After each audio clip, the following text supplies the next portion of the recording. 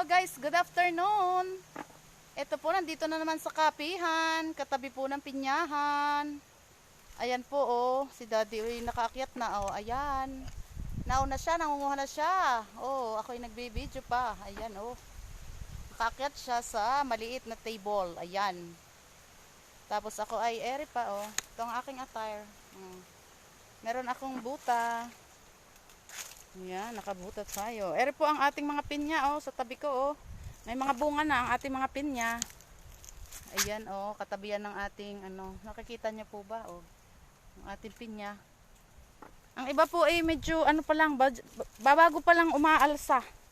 Ang iba naman po ay alsa na. Ayan po oh. Yun, ang ating pineapple. Ere po, alsa na rin.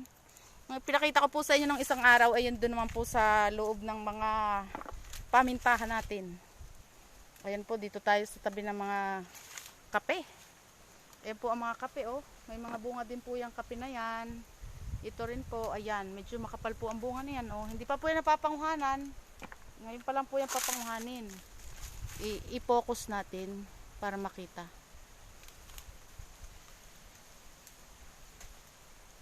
Hindi yata tayo pwedeng mag-ano ng medyo ano na. Medyo mainit na po. Ayun pong ibang ano puno ay napanguhanan na kaya po medyo ano na, wala nang bunga. Ito po ay makapal pa ang bunga kasi po ay ano. Ayan po oh. Oh. Ayan po, nakikita niyo po ba yan? Tapos din po, mabunga pa rin. Ako po isa baba kasi hindi po ako naakyat. Ayun din, maraming bunga pa oh. Sa kabilang ito. Ere po, hindi pa po ari napapanguhanan. Ayan, ito po dito lang sa mga patabi-tabi ng kubo. Ay, dini na ako Daddy kasi ari ay ano, abot ko. Ito po ay dini. Kasi po mababala ang ere. Ari po yung aking abot na abot. Ito po oh. Ayan, hindi ko pa po kukuhanin ang kanyang mga hilaw. Ayan po oh. Eri naman po ang iba. Papakita ko po muna sa inyo bago ko po panguhanin. Para makita niyo po aking pinapanguhanan. Ayan po oh. Ayan, nakikita niyo po ba yung mga bunga? Ayan, ayun pa po sa dulo. Hindi ko po abot kasi medyo, ayan po oh. Kapag ano po, mataas, inaakyat po ng hagdan o kaya po ay inaakyat noong maliit na table. Ayan po ang ating mga papanguhanin. Ayan po oh. Meron pa pong isa doon po sa medyo baba na iyon. Dadalhin ko rin po kayo doon. Mababa po. Kasi po yun ay ano na, pinroning na po. Tapos nabunga na po ngayon. Ito po. Ito po, napanguhanan na po ere kaya medyo hindi na masyadong makapal. Ayan po, oh, ayan.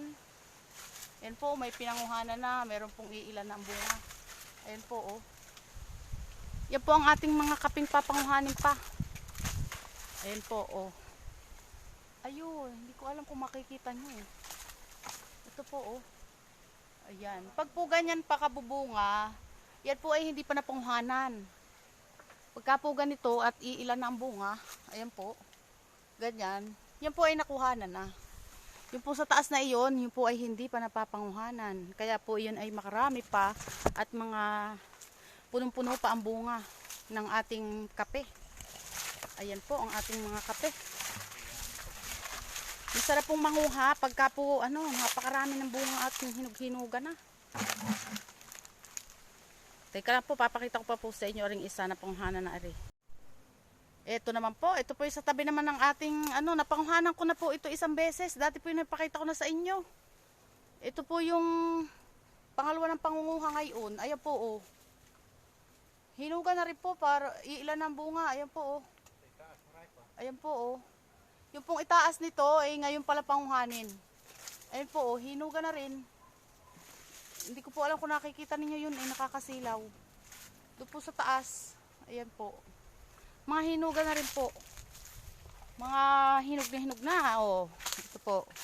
Yan. Ganyan po yung nasa itaas. Hindi ko po pakita sa inyo. Sobrang taas. Nakakasilaw po ang init ng araw. Dini pa po. Oh. Ay po ay mababa din. Ayan, nandito po ako sa silong. Ako po'y dahan-dahan at baka po din may kaibigan tayo. Ayan po oh.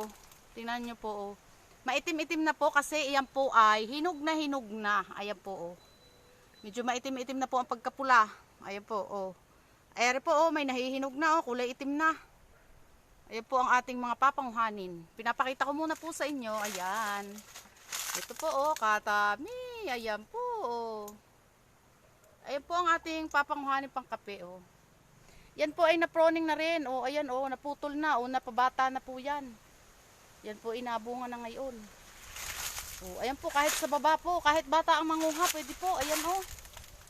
Oh, ayan kababa po oh. Ayun, ang bunga oh. Medyo maitim-itim na po kasi hinog na ang ating bunga ng kape. Dini po sa kabilang side na ere, nakakatuwa din po. Oh, ayan. Ayan po ang ating mga kape na papanguhanin. Dini pa sa side na ere. Hinog na. Ayan po. Oh. Hinog na po ang ating kape. Kailangan na po talagang pitasin. Ayan po. Kasi po pag hindi natin yan pinitas, matutuyo na po yan diyan sa puno. Ayan po. Oh.